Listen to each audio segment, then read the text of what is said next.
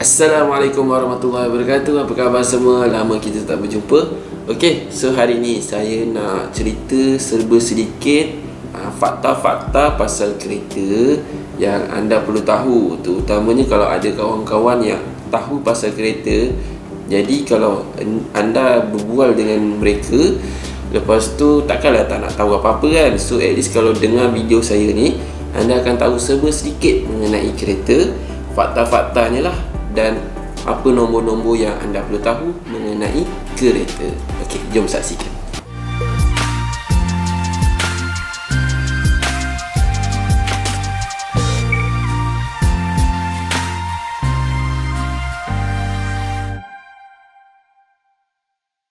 Okey, pernah tak korang berbual dengan kawan-kawan korang, lepas tu tengah berbual tu tiba-tiba korang macam tak tahu daripada mana asalnya. Contohnya kalau berbual pasal enjin, lepas tu tak tahu daripada mana dia punya datang tu, dia punya akhir pun tak tahu kat mana.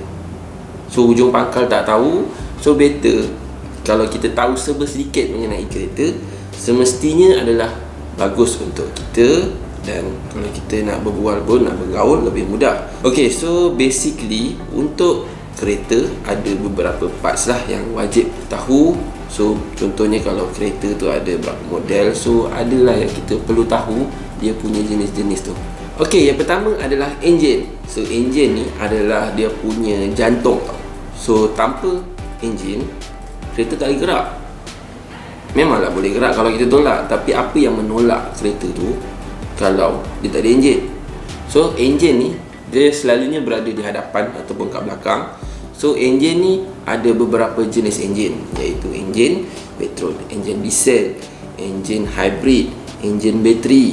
So kalau enjin bateri kita tak panggil enjin bateri, kita panggil kereta elektrik. Okey, so contoh kereta elektrik yang ada adalah Renault, Citroen, ada juga bateri, dan juga Tesla lah yang paling famous. Dan even sekarang Porsche pun dah ada kereta elektrik. Tak lupa juga Volvo pun dah ada. Okey, so itu adalah dia punya enjin. Enjin untuk kereta adalah tujuannya untuk menggerakkan kereta tu ke hadapan ataupun ke belakang. Okey, so untuk enjin tadi, so dia ada silinder. So untuk enjin selalunya dia berbunyi vroom vroom bila kita tekan. Macam mana kita nak tahu enjin tu ada 4 silinder atau 3 silinder? Kebanyakan masa kereta 3 silinder adalah bersaiz kecil. Contohnya Pro 2 kancil. So Pro 2 kancil dia ada 3 silinder dan dia menggunakan sistem carburetor. Tetapi Myvi pula menggunakan enjin jenis 4 silinder. Tapi ada juga enjin yang 1000cc Myvi. Tapi Myvi kebanyakannya sekarang adalah 1300 dan 1500cc. Itu adalah cc. Cc tu dia punya size chamber tu. So tadi kan ada 4 silinder. So dia ada 4 piston yang bergerak. Lepas tu dalam 4 piston bergerak tu dia ada, kita panggil dia chamber. So chamber tu size chamber tu yang menunjukkan berapa dia punya silinder pada enjin tersebut. So gabunglah dengan 4 tu ataupun 3 tu lah. Okay, so itu basic untuk silinder pula. So untuk nak tahu displacement kereta tu, so contohnya macam nak claim pasal kereta kan, nak claim kita punya mileage kereta. Okay, so caranya adalah baca dekat dalam geran kereta ataupun at least baca kat belakang. So kalau ditulis 1.3 atau 1.5, maksudnya 1300 ataupun 1500cc. Okay, so contoh kalau Proton perdana 2000cc, tapi Proton perdana baru pun ada juga yang 2400cc.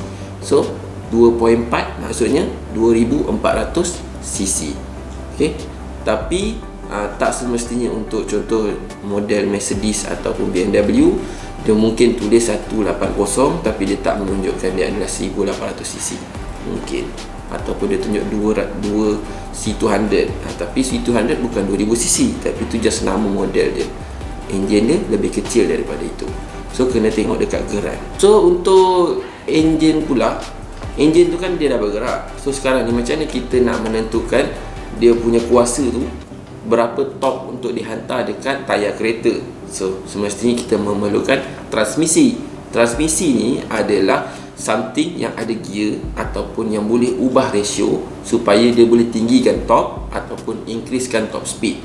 Okey, torque dengan torque speed adalah dua benda berbeza. Torque kita guna untuk mula bergerak, atau dalam bahasa Melayu ni kita panggil daya kilas.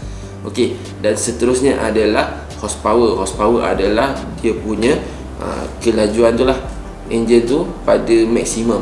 Okey, so contohnya kalau enjin tu ada 100 horsepower, maksudnya dia ada 100 kuasa kuda untuk bergerak ke hadapan. So kalau kita decreasekan torque, so increasekan dia punya HP dia, okay, so kita dapat more top speed. Macam itulah lebih kurang dia punya basic. Okay, so transmisi gear ni ada beberapa jenis, iaitu yang pertama adalah yang paling basic lah, iaitu manual. Okay, manual ni ada 1, 2, 3, 4, 5. Ada juga yang 6 gear, ada juga yang tak silap saya ada yang 8 gear.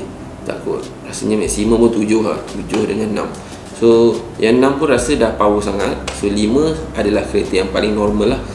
Dan ada juga yang seterusnya dipanggil automatic transmission yang normal punya. Yang normal punya ni dia ada jenis yang menggunakan catalytic converter. Okay, so catalytic converter ni dia menggunakan minyak. Lepas tu bila dia dah pusing, dia lock. So dekat dalam tu pula ada gear. Okay, so dia menggantikan clutch, instead of clutch dia gantikan dengan catalytic converter supaya memisahkan antara enjin dengan transmisi. So walaupun enjin masih hidup, contoh masa idle enjin hidup tapi kita tak gerak, sebabnya clutch tu dah terputus, ataupun catalytic converter tu dia tak transferkan power daripada enjin pergi ke transmisi. So clutch tu dia bila terpisah, so enjin berpusing, clutch tak berpusing, so tayar pun tak berpusing. Okey, so tu basic dia untuk transmisi. Okey, yang seterusnya adalah horsepower. So contoh pada kereta yang anda beli, dia tulis dekat dia punya engine spec tu ada 75 horsepower. So pada 75 horsepower dia ada satu kuasa kuda untuk menarik kereta tu ke hadapan ataupun ke belakang lah. Okey, so ke belakang ke depan tu adalah cerita transmisi tadi, tapi untuk kali ni adalah dia punya engine. So engine tu horsepower dia kalau lagi banyak adalah lebih tinggi lah dia punya kuasa kuda. So engine tu lebih berkuasa, tapi ada tuning-tuning yang perlu ada dalam tu. Okay, so contohnya dia punya mapping dia lain. So walaupun horsepower dia tinggi, mungkin mapping dia lebihkan dekat low, dekat middle torque, bukan dekat upper torque. Okay, so itu adalah dia punya mapping lah, tu kerja engineer. Okey, so seterusnya adalah torque. Apa itu torque? Torque adalah daya kilas. So daya kilas tu untuk memusingkan tayar kereta kita. So contohnya daya kilas dia tinggi, so dia punya kuasa untuk pusingkan tayar tu adalah lebih tinggi berbanding untuk daya torque yang lebih rendah lah. Okey, so kalau lagi tinggi kita bagi minyak dekat kereta kita, daya kilas dia akan lebih tinggi, torque dia akan ni.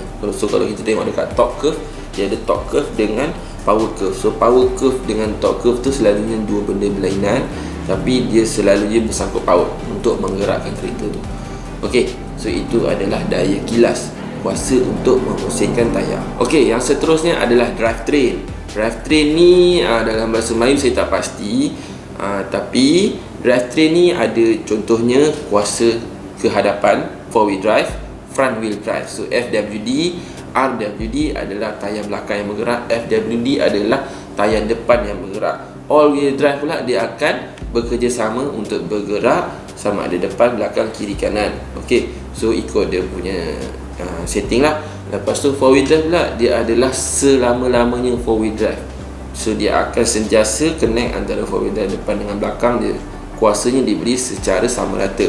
Tapi ada juga 4-wheel drive tapi dia tetap bahagi depan mungkin lebih rendah, belakang lebih tinggi untuk lebih jimat lah. Okey, seterusnya adalah suspension. Suspension ni terdiri daripada dua benda, iaitu penyerap hentak dengan spring.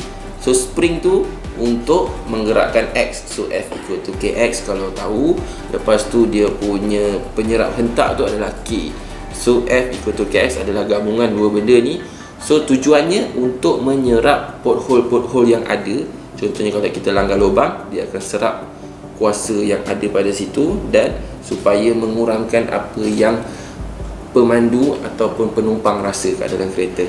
Okey, itu adalah untuk suspension. Okey, yang seterusnya adalah fuel tank capacity. So fuel tank capacity ni selalunya dikira menggunakan liter. So normal car selalunya antara 35 liter, 40 liter ataupun 50 liter. So tujuan untuk kita tahu berapa liter yang ada pada fuel tank kita adalah tujuannya untuk tahu berapa jarak yang kita boleh pergi untuk satu tangki. So contohnya kereta saya boleh pergi dalam 300 hingga 350 pada 30 liter. So agak tak jimat sangat tapi acceptable lagi.